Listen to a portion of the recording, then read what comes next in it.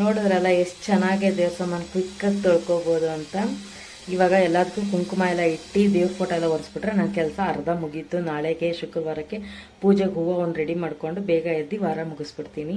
ಆಮೇಲೆ ಸಿಗ್ತೀನಿ ಬಾಯ್. ನಂಗೆ ಇನ್ನೂ ತುಂಬ ಕೆಲಸ ಇದೆ, ಫೋಟೋ ಎಲ್ಲ ಒರೆಸ್ಬೇಕಿನ್ನ ಹಾಲಲ್ಲಿ. ಹಾಗಾಗಿ hi hello good morning, welcome back to my YouTube channel Netra Srinivas vlog. ಯಾರೆಲ್ಲ ಇನ್ನೂ ಲೈಕ್ ಮಾಡಿಲ್ಲ, ಶೇರ್ ಮಾಡಿಲ್ಲ, ಸಬ್ಸ್ಕ್ರೈಬ್ ಮಾಡ್ಕೊಂಡಿಲ್ಲ, ಪ್ಲೀಸ್ ಮಾಡ್ಕೊಳ್ಳಿ, ಸಪೋರ್ಟ್ ಮಾಡಿ ಅಂತ ಕೇಳ್ಕೊಳ್ತೀನಿ. ಸೊ ಇವತ್ತು ಬಂದು ನಾನು ಮಧ್ಯಾಹ್ನ ವ್ಲಾಗ್ ಸ್ಟಾರ್ಟ್ ಮಾಡ್ತೀನಿ. ಮಧ್ಯಾಹ್ನ ಅಂದರೆ ಒಂದು 11:30 ಆಗಿದೆ. ಇವಾಗ ವ್ಲಾಗ್ ಸ್ಟಾರ್ಟ್ ಮಾಡಿದ್ದೀನಿ. ನಿನ್ನೆ ವ್ಲಾಗ್ ಮಾಡಿ ಅಪ್ಲೋಡ್ ಮಾಡಿದ್ದೀನಿ, ಅದು ಅರ್ಧಕ್ಕೆ ಸ್ಟಕ್ ಆಗಿಬಿಟ್ಟಿದೆ. ಸೊ ಮತ್ತೆ ನಾನು ನಮ್ಮ ಯಜಮಾನ್ರ ಮೊಬೈಲಿಂದ ಕಳಿಸ್ಕೊಂಡು ಡಿಲೀಟ್ ಆಗಿಬಿಟ್ಟಿದ್ದೆ ಆ್ಯಕ್ಚುಲಿ ವ್ಲಾಗ್ ಎಲ್ಲ. ಮತ್ತೆ ಕಳಿಸ್ಕೊಂಡು ಮತ್ತೆ ಅಪ್ಲೋಡ್ ಮಾಡಿದ್ದೀನಿ. ಅದು ನಿನ್ನೆ ಅಪ್ಲೋಡ್ ಮಾಡಿದ್ದೆ, ಡಿಲೀಟ್ ಮಾಡಿದೆ. ಆ್ಯಕ್ಚುಲಿ ನಮ್ಮ ಫ್ರೆಂಡ್ ಫೋನ್ ಮಾಡಿ ಹೇಳಿದ್ರು ಈ ಥರ ವ್ಲಾಗ್ ಸ್ಟಕ್ ಆಗಿಬಿಟ್ಟಿದೆ ನೇತ್ರ, ಏನಂತಕ್ಕೆ ಹಿಂಗಾಗಿದೆ, ನನ್ನ ಮೊಬೈಲಲ್ಲಿ ಈ ಥರ ಪ್ರಾಬ್ಲಮ್ ಆಗ್ತಾ ಇದೆಯಲ್ಲ, ನಿಮ್ಮ ಮೊಬೈಲೆಲ್ಲ ಹಾಗೆ ಬರ್ತಾ ಇದೆಯಾ ನೋಡಿ ಅಂತ. ಆವಾಗ ಚೆಕ್ ಮಾಡಿದ್ದೀನಿ, ಅದು ನೋಡಿದ್ರೆ ಸ್ಟಕ್ ಆಗಿಬಿಟ್ಟಿದೆ. ಅದೇನಾಗಿದೆ ಅಂದರೆ ನಾನು ಡೌನ್ಲೋಡ್ ಕೊಟ್ಟಾಗ ಪೂರ್ತಿ ಡೌನ್ಲೋಡ್ ಆದಮೇಲೆ ನಾನು ವ್ಲಾಗ್ನ ಅಪ್ಲೋಡ್ ಮಾಡಬೇಕು ಯೂಟ್ಯೂಬ್ಗೆ. ಅದು ತಕ್ಷಣ ಅಪ್ಲೋಡ್ ಮಾಡಿಬಿಟ್ಟಿದ್ದೀನಿ. ನನ್ನ ಮೊಬೈಲ್ ಸ್ವಲ್ಪ ಪ್ರಾಬ್ಲಮ್ ಆಗ್ತಾ ಇದೆ, ಸ್ಟೋರೇಜ್ ತೊಗೋತಾ ಇಲ್ಲ. ಹಾಗಾಗಿ ಅದಕ್ಕೆ ಏನಾಗ್ಬಿಟ್ಟಿದೆ, ಅದು ಸ್ಟಕ್ ಆಗಿಬಿಟ್ಟಿದೆ. ಸೊ ಫೈನಲಿ ಬೆಳಿಗ್ಗೆ ನೋಡಿ ಮತ್ತು ನಮ್ಮ ಯಜಮಾನ್ರ ಮೊಬೈಲಿಂದ ವ್ಲಾಗ್ ಕಳಿಸ್ಕೊಂಡು ವಿಡಿಯೋಸ್ ಎಲ್ಲ ಮತ್ತೆ ಅಪ್ಲೋಡ್ ಮಾಡಿದ್ದೀನಿ. ಪ್ಲೀಸ್ ಹೋಗಿ ನೋಡಿ, ಹಾಗೆ ಸಬ್ಸ್ಕ್ರೈಬ್ ಮಾಡ್ಕೊಳ್ಳಿ ಅಂತ ಕೇಳ್ಕೊಳ್ತೀನಿ. ಸೊ ಇವತ್ತು ಗುರುವಾರ, ನಾಳೆ ಶುಕ್ರವಾರ, ಅಮಾವಾಸ್ಯೆ ಪೂಜೆ ಇರೋದ್ರಿಂದ ಪೂಜೆ ಮಾಡಿಲ್ಲ ಅಲ್ವಾ, ಹಾಗಾಗಿ ಪೂಜೆ ಮಾಡೋಕ್ಕೆ ಅಂತ ದೇವ್ರ ಸಾಮಾನು ತೊಳಿತಾ ಇದ್ದೀನಿ. ಬೆಳಿಗ್ಗೆನೆ ಫ್ರೆಶ್ ಅಪ್ ಆಗಿ ಸ್ನಾನ ಮಾಡಿದ್ದೀನಿ, ಹಿಂದೆ ಕೂದಲು ಕಟ್ಟಿದ್ದೀನಿ, ಆಗ ಕಾಣಿಸ್ತಾ ಇಲ್ಲ. ನನ್ನ ಮಗ ಮಲಗಿದ್ದಾನೆ, ಇವಾಗ ನಿದ್ದೆ ಮಾಡಿಸಿದ್ದೀನಿ. ಹಾಗಾಗಿ ಬ್ಲಾಗ್ ಸ್ಟಾರ್ಟ್ ಮಾಡೋಣ ಅಂದ್ಬಿಟ್ಟು ಸ್ಟಾರ್ಟ್ ಮಾಡ್ತಾ ಇದ್ದೀನಿ. ಫ್ರೆಶ್ ಅಪ್ ಎಲ್ಲ ಬೆಳಗ್ಗೆನೆ ಆಗ್ಬಿಟ್ಟೆ. ಸೊ ನಾನು ಯೂಶಲಿ ದೇವ್ರ ಸಾಮಾನು ತೊಳಿವಾಗ ಯಾವಾಗ್ಲೂ ಇದನ್ನ ಬಳಸ್ಕೊಳ್ತೀನಿ. ಬೆಳ್ಳಿ ಸಾಮಾನು ತೊಳಿತಾರಲ್ಲ, ರುಪೇರಿ ಅಂತಾನೆ ನೇಮ್ ಇದ್ದದ್ದು. ಇದೊಂಥರ ಲಿಕ್ವಿಡ್, ಇದು ಕೆಮಿಕಲ್ ತರ ಸ್ಮೆಲ್ ಬರುತ್ತೆ. ಬಟ್ ಕೇರ್ಫುಲ್ ಆಗಿ ತೊಳಿರಿ, ಮಕ್ಕಳು ಇರುವಾಗ ಹುಷಾರು ಅಷ್ಟೇ. ಇದು ನಾನು ಇದನ್ನೇನು ಮಾಡ್ತೀನಿ, ಇದನ್ನು ಸಪ್ರೇಟಾಗಿ ಕಾಟನ್ನಲ್ಲಿ ಹಾಕ್ಕೊಂಡು ವಾಶ್ ಮಾಡ್ತಾರೆ ಬೆಳ್ಳಿ ಸಾಮಾನುಗಳನ್ನ. ನಾನೇನು ಮಾಡ್ತೀನಿ, ನಾನೇನು ಡೈಲಿ ಯೂಸಿಗೆ ಜಾಸ್ತಿ ಬೆಳ್ಳಿ ಸಾಮಾನು ಬಳಸಿದ್ರೆ ಕುಂಕುಮದ ಬಟ್ಲು, ಅದು ಬಿಟ್ಟರೆ ದೇವ್ರದ್ದು 2 ವಿಗ್ರಹ ಇದೆ ಅಷ್ಟೇ ಬಳಸೋದು. ಹಾಗಾಗಿ ನಾನು ಈ ಥರ ಸಬೀನ ಇಟ್ಕೊಂಡಿರ್ತೀನಿ ಸಪ್ರೇಟಾಗಿ ದೇವ್ರ ಸಾಮಾನು ತೊಳೆಯೋಕ್ಕೆ ಅಂತಾನೆ. ಆ ಸಬೀನದೊಳಗೇನೆ ಇದನ್ನು 1-2 ಹನಿಯಷ್ಟು ಹಾಕ್ಕೊಂಡು ನೀಟಾಗಿ ಮಿಕ್ಸ್ ಮಾಡ್ಕೊಂಡ್ಬಿಟ್ಟು ತೊಳೆದ್ರೆ ಹಿತ್ತಾಳೆ ಪಾತ್ರೆನೂ ಪಳಪಳ ಅಂತ ಬೆಳ್ಳಗಾಗ್ಬಿಡುತ್ತೆ. ಈಗ ಇಷ್ಟು ಕಪ್ಪಿದೆ ಅಲ್ಲ, ವಾಶ್ ಮಾಡಿದ್ಮೇಲೆ ತೋರಿಸ್ತೀನಿ ನೋಡಿ ಎಷ್ಟು ಚೆನ್ನಾಗಾಗತ್ತೆ ಅಂತ. ಹಾಗಾಗಿ ನನಗೆ ತುಂಬಾ ಈಸಿ. ಆ ಕಾಟನಲ್ಲಿ ಹಾಕಿ ಒರೆಸೋದು ಅಂದರೆ, ನಾವು ಫೆಸ್ಟಿವಲ್ ಟೈಮಲ್ಲಿ ದೊಡ್ಡ ದೀಪಲ ಕಂಬ ಬೆಳ್ಳಿದು ಬಟ್ಲು ಮತ್ತು ತಟ್ಟೆ ಇದೆಲ್ಲ ಇರುತ್ತಲ್ಲ, ಅವಾಗ ನೀಟಾಗಿ ಒರೆಸಿ ನೀಟಾಗಿ ವಾಶ್ ಮಾಡಿ ಇಕ್ಕಿದ್ರೆ ಹಬ್ಬದ ಕಳೆ ಚೆನ್ನಾಗಿರುತ್ತೆ, ಅವಾಗ ಫ್ರೆಶ್ ಆಗಿರುತ್ತೆ. ಬೆಳ್ಳಿ ಸಾಮಾನು ಪಾಲಿಶ್ ಮಾಡಿಸೋ ಅವಶ್ಯಕತೆ ಇಲ್ಲ, ಪಳ ಅಂತ ಹೊಳಿತಾ ಇರುತ್ತೆ. ಎಷ್ಟೇ ಸಂದಿಲಿ ಸಣ್ಣಕ್ಕೆ ಕೂತಿರುತ್ತೆ ನೋಡಿ ಡಿಸೈನ್ಸ್ ಮೇಲೆ, ಅದು ಕ್ಲೀನಾಗೆ ಹೊಟ್ಟೋಗುತ್ತೆ. ಹಾಗಾಗಿ ನಾನು ಇದನ್ನು ಮಾಮೂಲಿ ಡೈಲಿ ಅಂದರೆ ಮಾಮೂಲಿ ಪೂಜೆ ಮಾಡ್ಕೊಂಡು ನಾವು ಯಾವಾಗ ದೇವ್ರ ಸಾಮಾನು ತೊಳ್ಕೊಳ್ತೀವಿ ಅವಾಗ ಇದು ಯೂಸ್ ಮಾಡ್ಕೊಂಡ್ರೆ ನಾನು ಕ್ವಿಕ್ಕಾಗಿ ವಾಶ್ ಆಗುತ್ತೆ. ಹುಣಸೆ ನೆನೆಸಿ ಅದರಲ್ಲಿ ತಿಕ್ಕಿ ಮಾಡೋದಕ್ಕಿಂತ ಇವತ್ತು ನಿಂಬೆಹಣ್ಣು ಇಲ್ಲ, ಹಾಗಾಗಿ ಇದನ್ನು ಯೂಸ್ ಮಾಡ್ಕೊಂಡು ವಾಶ್ ಮಾಡ್ತೀನಿ. ವಾಶ್ ಮಾಡಿದ್ಮೇಲೆ ಅದು ಚೊಂಬು ಈ ಥರ ಇದೆಲ್ಲ ಆಮೇಲೆ ಹೇಗೆ ಕಾಣುತ್ತೆ ಅಂತ ತೋರಿಸ್ತೀನಿ. ಬೇಗ ಕ್ವಿಕ್ಕಾಗಿ ಕ್ಲೀನ್ ಆಗುತ್ತೆ.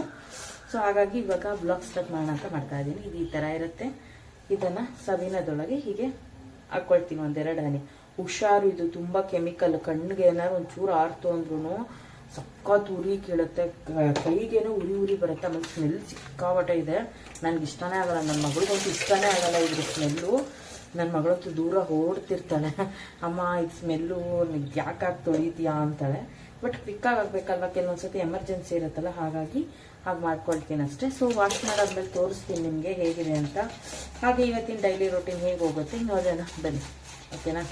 ನನ್ನ ಮಗ ಮಲಗಿದ್ದಾನೆ, ಬೇಗ ಎಲ್ಲ ಕೆಲಸ ಮುಗಿಸ್ಬಿಟ್ಟು ನಾನು ಸ್ವಲ್ಪ ರೆಸ್ಟ್ ಮಾಡಬೇಕು, ಓಕೆನಾ.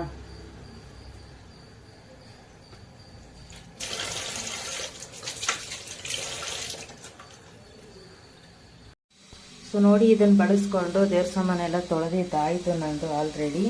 ಎಷ್ಟು ಚೆನ್ನಾಗಿ ಕ್ಲೀನ್ ಆಗಿದೆ ಅಂತ ಬೇಗ ತೊಳ್ಕೊಂಬಿಟ್ಟೆ. ಹಾಗೆ ಕುಂಕುಮದ ಭರಣಿನೂ ನೋಡ್ಬೋದು ನೀವು, ಎಷ್ಟು ಚೆನ್ನಾಗಿ ಕಲೆ ಇಲ್ದಂಗೆ ಕ್ಲೀನಾಗಿ ವೈಟಾಗಿದೆ ಅಂತ. ಸೊ ಹಬ್ಬದಲ್ಲೆಲ್ಲ ಬೆಳ್ಳಿ ಸಾಮಾನುಗಳು ತೊಳಿಬೇಕಂದ್ರೆ ಇದನ್ನು ಯೂಸ್ ಮಾಡ್ಕೊಳ್ಳಿ. ಸೊ ನಾನು ಇದನ್ನೇ ಯೂಸ್ ಮಾಡೋದು. ಇವಾಗ ದೇವ್ರ ಸಾಮಾನೆಲ್ಲ ತೊಳೆದಿದ್ದಾಗಿದೆ. ಇವಾಗ ಇದಕ್ಕೆಲ್ಲ ಕುಂಕುಮ ಎಲ್ಲ ಹಚ್ಚಿ ಇಟ್ಬಿಟ್ರೆ ನಂಗೆ ನಾಳೆಗೆ ಪೂಜೆ ಮಾಡೋಕ್ಕೆ ಈಸಿ ಆಗುತ್ತೆ. ಸೊ ಫ್ರೆಂಡ್ಸ್, ಇವಾಗ ನಂಚ್ಕೊಳ್ಳೋಕ್ಕೆ ಅಂತ ರಾತ್ರಿನೇ ಕಡಲೆಕಾಳು ನೆನೆಸಿಟ್ಟಿದೆ. ಇದನ್ನು ಉಸ್ಲಿ ಮಾಡೋಣ ಅಂತ ರೆಡಿ ಮಾಡ್ತಾ ಇದ್ದೀನಿ. ಇದಕ್ಕೆ ಸ್ವಲ್ಪ ಕಾಯಿ ತುರಿ 2 ಹಸಿಮೆಣಸಿಕಾಯಿ ಗ್ರೈಂಡ್ ಮಾಡ್ಕೊಳ್ತೀನಿ ತರ್ತರಿಯಾಗಿ. ಆಮೇಲೆ ಸಾಸಿವೆ ಹಾಕಿ ಒಗ್ಗರಣೆ ಮಾಡಿದ್ರೆ ಪಲ್ಯ ರೆಡಿ ಆಗುತ್ತೆ. ತೋರಿಸ್ತೀನಿ ಬನ್ನಿ. ಹಾಗೆ ಫ್ರೈಡ್ ರೈಸ್ ಮಾಡೋಕ್ಕೆ ತರಕಾರಿ ಎಲ್ಲ ಹೆಚ್ಚಿಟ್ಕೊಂಡಿದ್ದೀನಿ. ಇದಕ್ಕೆ ಬಂದು ಶುಂಠಿ ಬೆಳ್ಳುಳ್ಳಿ ಪೇಸ್ಟ್ ಗ್ರೈಂಡ್ ಮಾಡ್ಕೋಬೇಕು. ನನ್ನ ಮಗಳಿಗೆ ಇವತ್ತು ಬೆಳಗ್ಗೆ ಬ್ರೇಕ್ಫಾಸ್ಟ್ ಫ್ರೈಡ್ ರೈಸ್ ಹೇಳಿದ್ಲು. ಸೊ ನಮ್ಮ ಮನೆಯವ್ರ ಕೆಲಸಕ್ಕೆ ಬೇಗ ಹೋಗೋದ್ರಿಂದ ಇವತ್ತು ಬೇಡ ಹೋಟ್ಲಲ್ಲಿ ಹಾಕಿ ಕಳಿಸ್ತೀರಿ, ತಿಂಡಿ ಮಾಡಬೇಡ ಅಂದರು. ಹಾಗಾಗಿ ಇವಾಗ ಬರೋ ಅಷ್ಟ್ರಲ್ಲಿ ಫ್ರೈಡ್ ರೈಸ್ ರೆಡಿ ಮಾಡಿ ಇಡಬೇಕು ಒಳಗೆ. ಅದ್ರ ಜೊತೆಯಲ್ಲಿ ಇದು ಪಲ್ಯ ಮಾಡ್ಕೊಬಿಡೋಣ, ಉಸ್ಲಿ ಕಡಲೆಕಾಳು. ಇವಾಗ ಸ್ವಲ್ಪ ಉಪ್ಪು ಹಾಕ್ಕೊಳ್ತೀನಿ ಮಸಾಲಾಗೆ. ಮತ್ತು ಕಾಳಿಗೂ ಅಷ್ಟೇ ನಾವು ಜಾಸ್ತಿ ಹಾಕಿರಲ್ಲ, ಸ್ವಲ್ಪ ಹಾಕಿದ್ದೆ. ಹಾಗಾಗಿ ಇವಾಗ ಸ್ವಲ್ಪ ಉಪ್ಪು ಹಾಕಿ ಚೆನ್ನಾಗಿ ಫ್ರೈ ಮಾಡ್ಕೊಳ್ಳೋಣ. ಇದು ಹಸಿ ವಾಸನೆ ಹೋಗಬೇಕು, ನೀರಿನ ಅಂಶ ಎಲ್ಲ ಅಲ್ಲಿವರೆಗೂ ಫ್ರೈ ಮಾಡ್ಕೊಳ್ಳೋಣ. ಸೊ ಇವಾಗ ಸಾಕಿದ್ದು ಕುಕ್ಕಾಗಿರೋದು. ಇವಾಗ ಕಾಳುಗಳನ್ನ ಹಾಕ್ಕೊಳ್ಳೋಣ. ಕಾಳು ಸ್ವಲ್ಪ ಇದ್ರ ಜೊತೆ ಹೊಂದ್ಕೋಬೇಕು, ಅಲ್ಲಿವರೆಗೂ ಇದು ಚೆನ್ನಾಗಿ ಬೇಯಲಿ. ಇದರಲ್ಲೇ ನಾವೇಂತಕ್ಕೆ ರುಬ್ಬಾಕ್ತೀವಿ ಅಂದರೆ ಇದು ತುರಿದಿರೋದು ಕಾಯಿ ಹಾಗೆ ಹಾಕ್ಬೋದು, ಆದರೆ ನೀಟಾಗಿ ಮಸಾಲೆ ಅಂಟ್ಕೊಳ್ಳಲ್ಲ ಕಾಳಿಗೆ. ಹಾಗಾಗಿ ಈ ಥರ ತರ್ತರಿಯಾಗಿ ರುಬ್ಬ ಹಾಕ್ಕೊಳ್ಳಿ, ಅವಾಗ ತುಂಬ ಚೆನ್ನಾಗಿರುತ್ತೆ. ನಿಂಬೆ ಹಣ್ಣಿನ ಇದ್ದರೆ ಹುಳಿ ಹಾಕ್ಕೊಳ್ಳಿ. ನಮ್ಮಲ್ಲಿ ಇವಾಗ ನಿಂಬೆಹಣ್ಣು ಇರಲಿಲ್ಲ, ಹಾಗಾಗಿ ಸ್ಕಿಪ್ ಮಾಡಿದ್ದೀನಿ. ಸೊ ಫೈನಲಿ ಕಡಲೆಕಾಳು ಉಸ್ಲಿ ರೆಡಿ ಆಯಿತು.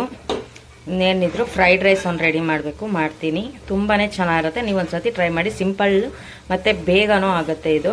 ಇವಾಗ ರೆಡಿಯಾಗಿದೆ ಫ್ರೈಡ್ ರೈಸ್. ತುಂಬಾ ಚೆನ್ನಾಗಿ ಬಂದಿತ್ತು ಕಡಲೆಕಾಳು ಉಸ್ಲಿ ಫ್ರೈಡ್ ರೈಸ್ ರೆಡಿ ಎರಡೂ ಕೂಡ. ಮತ್ತು ಸಂಜೆ ಮಶ್ರೂಮ್ ತಗೊಂಡು ಏನು ಮಾಡೋದು ತಿಂಡಿ ಅಂದ್ಬಿಟ್ಟು ಹಾಗೆ ಮಶ್ರೂಮ್ನೆಲ್ಲ ಕ್ಲೀನ್ ಮಾಡಿ ಇಟ್ಕೊಳ್ತಾ ಇದ್ದೀನಿ. ಇದು ಮೇಲ್ಗಡೆ ಒಂದು ಲೇಯರ್ ಸಿಪ್ಪೆ ತೆಗಿಬೇಕು ಮಶ್ರೂಮ್ದು. ಎಲ್ಲ ಕ್ಲೀನ್ ಮಾಡಿ ಇಟ್ಕೊಬಿಟ್ರೆ ನಂಗೆ ನಾಳೆ ಬೆಳಗ್ಗೆ ಬ್ರೇಕ್ಫಾಸ್ಟಿಗೆ ಸರಿ ಹೋಗುತ್ತೆ. ವೆಜಿಟೇಬಲ್ ಮತ್ತು ಸಂಜೆ ಮಶ್ರೂಮ್ ತಗೊಂಡು ಏನು ಮಾಡೋದು ತಿಂಡಿ ಅಂದ್ಬಿಟ್ಟು ಹಾಗೆ ಮಶ್ರೂಮ್ನೆಲ್ಲ ಕ್ಲೀನ್ ಮಾಡಿ ಇಟ್ಕೊಳ್ತಾ ಇದ್ದೀನಿ. ಇದು ಮೇಲ್ಗಡೆ ಒಂದು ಲೇಯರ್ ಸಿಪ್ಪೆ ತೆಗಿಬೇಕು ಮಶ್ರೂಮ್ದು. ಎಲ್ಲ ಕ್ಲೀನ್ ಮಾಡಿ ಇಟ್ಕೊಬಿಟ್ರೆ ನಂಗೆ ನಾಳೆ ಬೆಳಗ್ಗೆ ಬ್ರೇಕ್ಫಾಸ್ಟಿಗೆ ಸರಿ ಹೋಗುತ್ತೆ. ವೆಜಿಟೇಬಲ್ ಪಲಾವ್ ಮಾಡೋಣ ಅಂತ ರೆಡಿ ಮಾಡ್ತಾ ಇದ್ದೀನಿ. ಕೊಟ್ಬಿಡ ಪ್ರತೋ, ಕೊಟ್ಬಿಡ ಇವಾಗ ಪ್ರತೋ.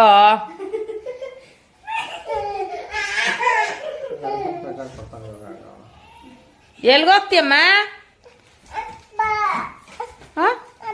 ನನಗೆ ಯಾಕೋ ಫ್ರೈಡ್ ರೈಸ್ ಇತ್ತು, ತಿನ್ನೋಕೆ ಇಷ್ಟ ಆಗಲಿಲ್ಲ ರೈಸ್ ಐಟಮ್ ನೈಟ್ಗೆ. ಹಾಗಾಗಿ ರೋಟಿ ಕರಿ ತರಿಸ್ಕೊಂಡೆ ನಮ್ಮ ಮನೆಯವ್ರ ಕೈಲಿ. ಚಪಾತಿ ಮಾಡಬೇಕಿತ್ತು, ಕೈ ಯಾಕೋ ತುಂಬಾ ಪೇಯ್ನ್ ಆಗ್ತಾಯಿತ್ತು, ಹಾಗಾಗಿ ಮಾಡೋಕ್ಕಾಗಲಿಲ್ಲ. ಮನೇಲಿ ಕಡಲೆಕಾಳು ಉಸ್ಲಿ ಮಾಡಿದ್ದೆ, ಅದನ್ನು ಸ್ವಲ್ಪ ಹಾಕ್ಕೊಂಡೆ. ಹಾಗೂ ಗ್ರೇವಿಲು ಬಂದು ಚೆನ್ನ ಮಸಾಲ ಕೊಟ್ಟು ಕಳಿಸಿದ್ರು, ಮತ್ತು ಬೇಬಿ ಕಾರ್ನ್ ಗ್ರೇವಿ ಕೊಟ್ಟಿದ್ರು. 2 ರೋಟಿ ಇದಿಷ್ಟು ತರಿಸ್ಕೊಂಡಿದ್ದೆ ಊಟಕ್ಕೆ. ನನಗೆ ಕೆಲವೊಂದು ಸರ್ತಿ ನನಗೆ ರೈಸ್ ತಿನ್ನೋಕ್ಕೆ ಇಷ್ಟ ಆಗಲ್ಲ. ಚಪಾತಿ ಮಾಡಬೇಕಿತ್ತು, ಮೂಡ್ ಇರಲಿಲ್ಲ. ಮುದ್ದೆ ಮಾಡೋಕ್ಕೆ ಸಾಂಬಾರು ಸರಿಗಿರಲಿಲ್ಲ. ಹಾಗಾಗಿ ಯಾವ ತಲೆನೋವು ಬೇಡ ಅಂದ್ಬಿಟ್ಟು ಹೋಟ್ಲಲ್ಲೇ ತರಿಸ್ಕೊಂಬಿಟ್ಟೆ ರೋಟಿ ಕರಿನ. ನೈಟು ಊಟಕ್ಕೆ ನನ್ನೊಬ್ಳಿಗೆ ಮಾತ್ರ. ಅವ್ರಿಗೆ ಬಂದು ಫ್ರೈಡ್ ರೈಸ್ ಇತ್ತು, ಹಾಗಾಗಿ ಅವರು ಗೋಬಿ ತೊಗೊಂಡು ಬಂದು ಫ್ರೈಡ್ ರೈಸ್ ತಿನ್ಕೊಂಡ್ರು. ನೋಡಿ ನೋಡಿ ಉಳ್ಮಿಲ್ ನೋಡಿ, ಫ್ರೈಡ್ ರೈಸ್ ಮನೆದು, ಗೋಬಿ ಮಂಚೂರಿ ಅಂಗಡಿದು. ಇದು ನಮ್ಮ ಯಜಮಾನ್ರದ್ದು, ಇದು ನಂದು. ನೋಡಿ ಹೆಂಗ್ ತುಂಬವ್ರಿ. ಇವೆರಡು ಗ್ರೇವಿ, ಇದು ನಮ್ಮ ಮನೆ ಉಸ್ಲಿ, ಇದು ಗೋಬಿ ನಮ್ಮ ಮನೆಯವ್ರು ಇವಾಗ ಹಾಕಿರೋದು. ರೋಟಿ ಬಂದು ಹೋಟ್ಲದು. ಸೊ ನೋಡಿದ್ರಲ್ಲ ಇವಾಗ ನೈಟ್ ಡಿನ್ನರ್ ಹೇಗಿತ್ತು ಮತ್ತು ಬೆಳಗಿಂದು ನಂದು ಕೆಲಸ ಹೇಗಿತ್ತು ಅಂತ. ದೇವ್ರ ಸಮೇತ ಅವ್ರ ಕೈಯೆಲ್ಲ ಸಖತ್ ಪೇಯ್ನ್ ಬಂದ್ಬಿಟ್ಟಿತ್ತು. ಸೊ ಈ ವ್ಲಾಗ್ ಇಲ್ಲಿಗೆ ಎಂಡ್ ಮಾಡ್ತಾಯಿದ್ದೀನಿ. ನಿಮ್ಗೆ ಇಷ್ಟ ಆಗಿದ್ರೆ ಲೈಕ್ ಮಾಡಿ, ಶೇರ್ ಮಾಡಿ, ಸಬ್ಸ್ಕ್ರೈಬ್ ಮಾಡ್ಕೊಳ್ಳೋದು ಮರಿಬೇಡಿ. ಹೀಗೆ ಸಪೋರ್ಟ್ ಮಾಡಿ ಅಂತ ಕೇಳ್ಕೊಳ್ತೀನಿ. ಸಿಗೋಣ ಮುಂದಿನ ವ್ಲಾಗಲ್ಲಿ. ಸೊ ನನಗಂತೂ ಇವತ್ತು ವಾರಕ್ಕೆ ಹೂವು ತೊಗೊಂಡು ಕಟ್ಟೋಣ ಅಂದರೆ ಅದೂ ಕೂಡ ಆಗಲಿಲ್ಲ. ಹಾಗಾಗಿ ಹೊರಗಡೆ ಹೋಗ್ಬಿಟ್ಟು ಹಾಗೆ ಹೂವು ಎಲ್ಲ ತೊಗೊಂಡು ಬಂದೆ. ಬಾಳೆಹಣ್ಣು, ವೀಳ್ಯದೆಲೆ, ಪೂಜೆಗೆ ಏನೇನು ಬೇಕೆಲ್ಲ ತೊಗೊಂಬಂದೆ. ಬಟ್ ಯಾವುದೂ ವೀಡಿಯೋ ಮಾಡೋಕ್ಕೆ ಹೋಗಲಿಲ್ಲ, ಲೆಂತ್ ಆಗುತ್ತೆ ಅಂದ್ಬಿಟ್ಟು.